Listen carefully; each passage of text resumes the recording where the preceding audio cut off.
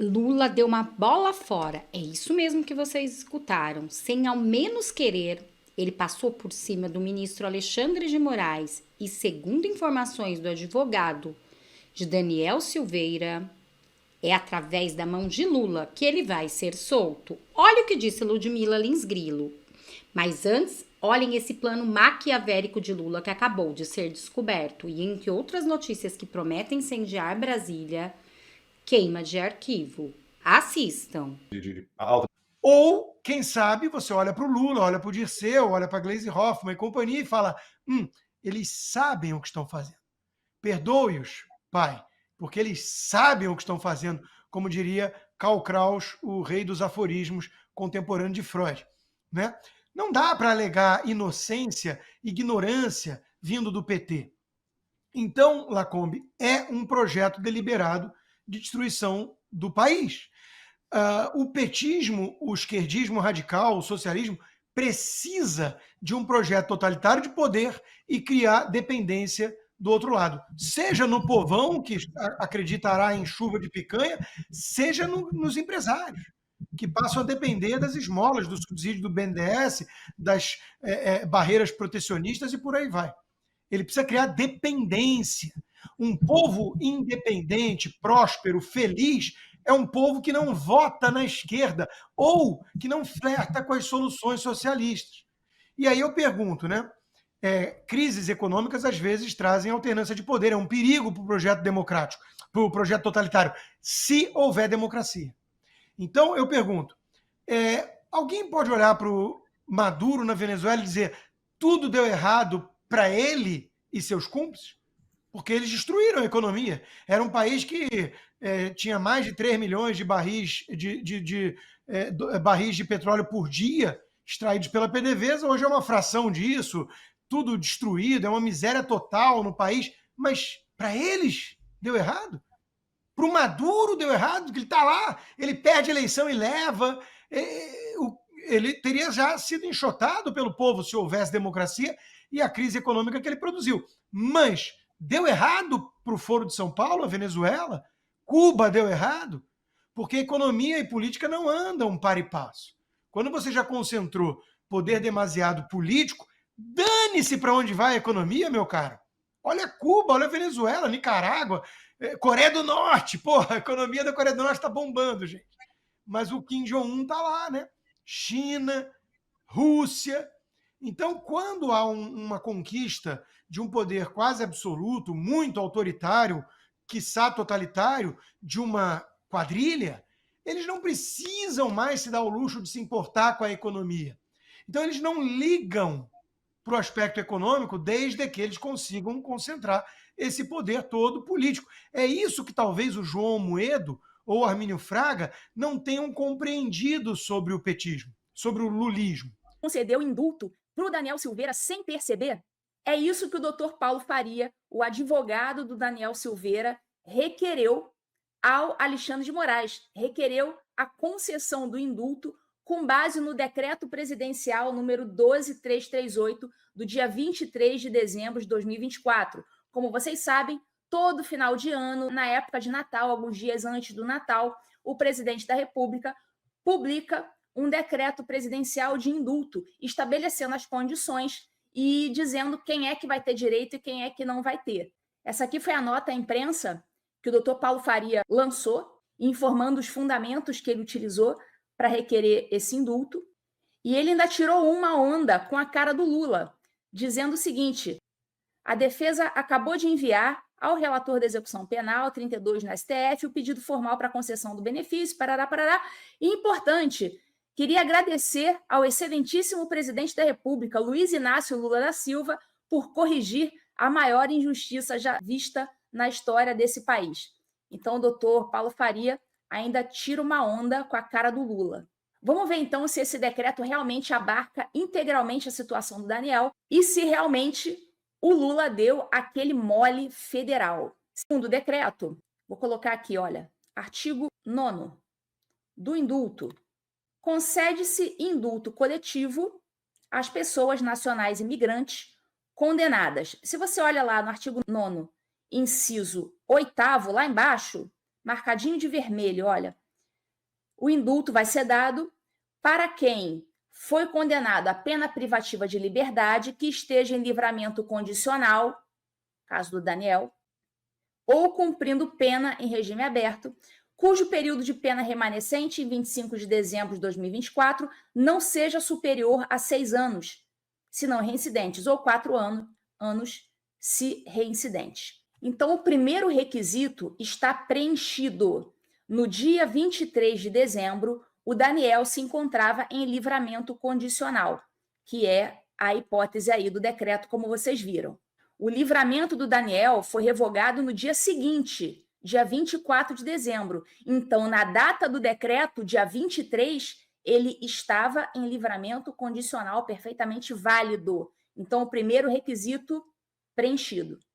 O segundo requisito é restar menos de 6 anos de cumprimento de pena. E como o próprio Alexandre de Moraes já havia consignado na decisão anterior, restavam 5 anos e alguma coisa de pena, ou seja, restavam menos de 6 anos para o Daniel cumprir pena. Então, o segundo requisito, preenchido. O terceiro requisito é o apenado não se enquadrar em nenhum dos crimes descritos no artigo 1º. E que crimes são esses? Tá aqui, olha, o artigo 1º diz o seguinte: o indulto e a comutação de pena não alcançam as pessoas condenadas por... Aí lista um monte de crime ali. Se a pessoa foi condenada por algum daqueles crimes, o indulto não vai abranger essas pessoas. O Daniel, ele foi condenado pelo delito da Lei de Segurança Nacional e pelo crime de coação no curso do processo, artigo 344 do Código Penal.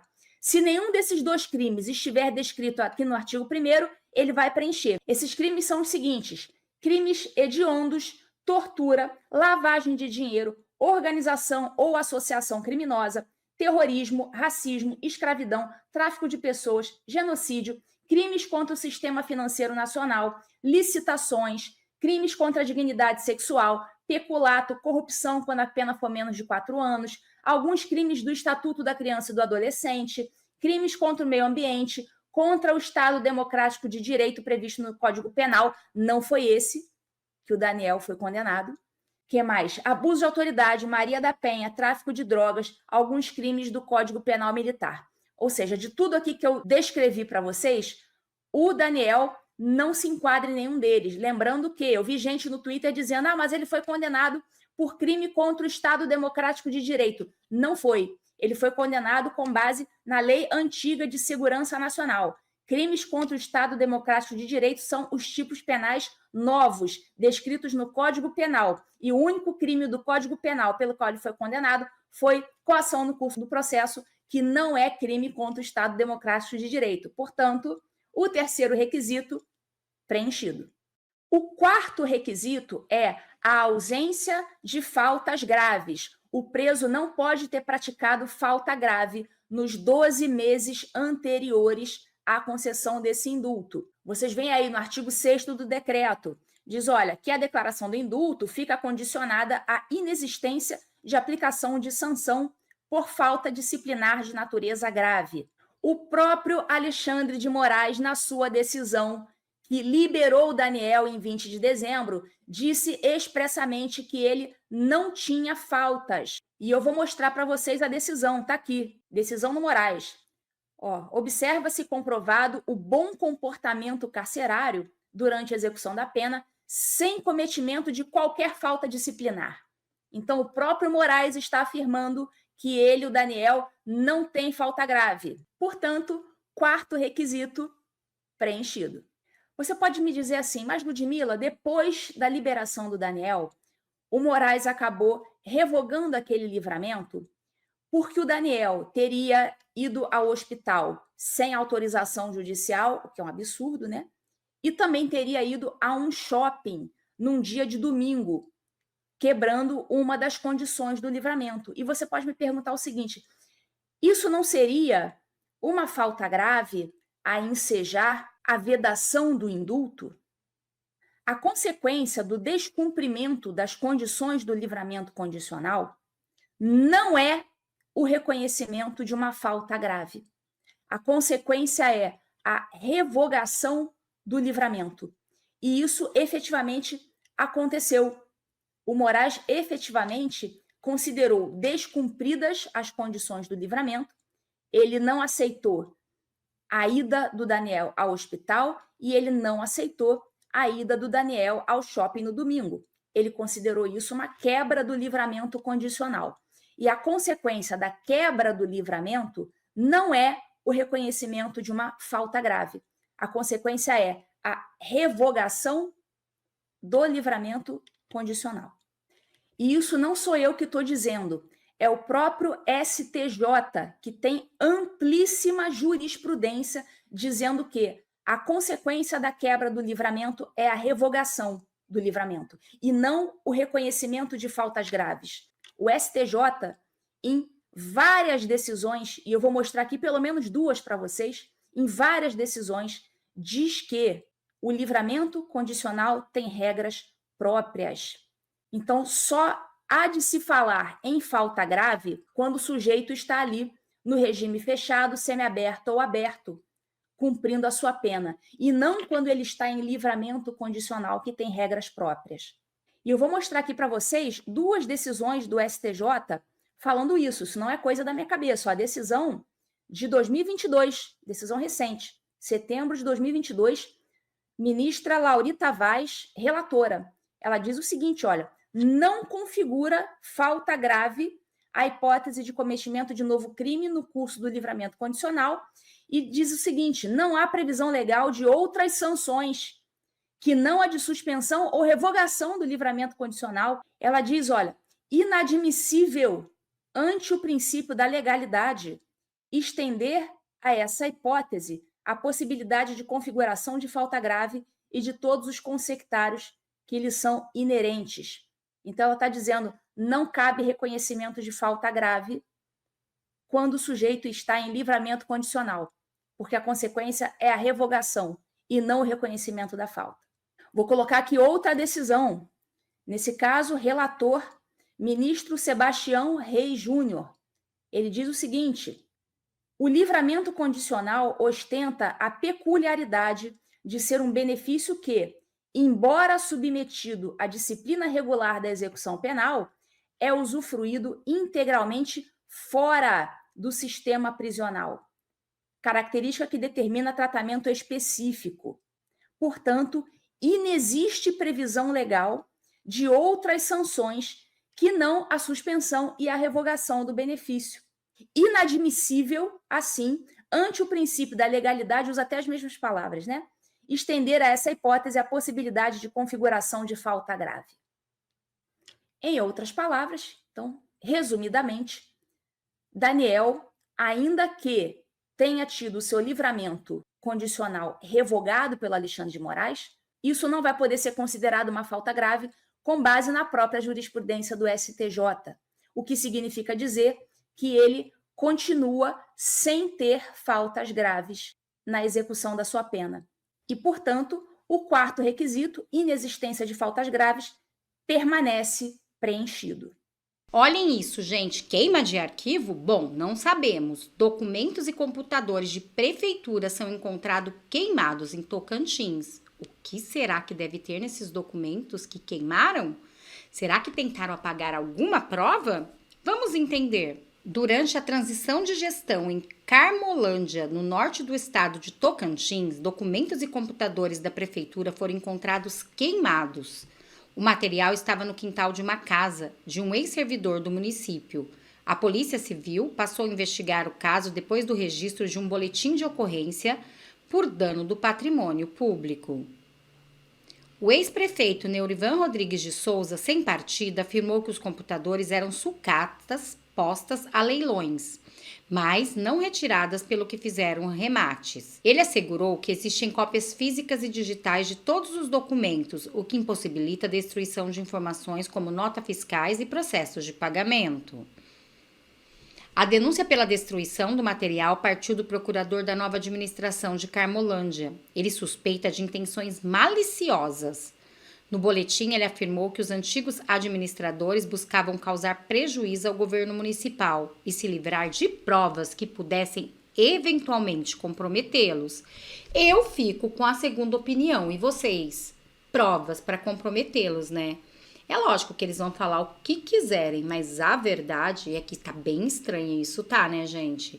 E vocês, gente, o que vocês acharam dessa bomba que a Ludmila Lins Grilo acabou de trazer? Quem diria, hein? Da mão de Luiz Inácio Lula da Silva do PT é aonde pode sair o induto de Daniel Silveira. Com isso, ele arruma briga com quem? Com o ministro Alexandre de Moraes, até mesmo porque ficou muito claro que o desafeto é bem grande entre Daniel Silveira e Alexandre de Moraes. Ficou bem claro para quem quiser ver que são políticos pessoal. Ficou bem claro para quem quiser ver que, na verdade, é pessoal, essa rincha que ele tem.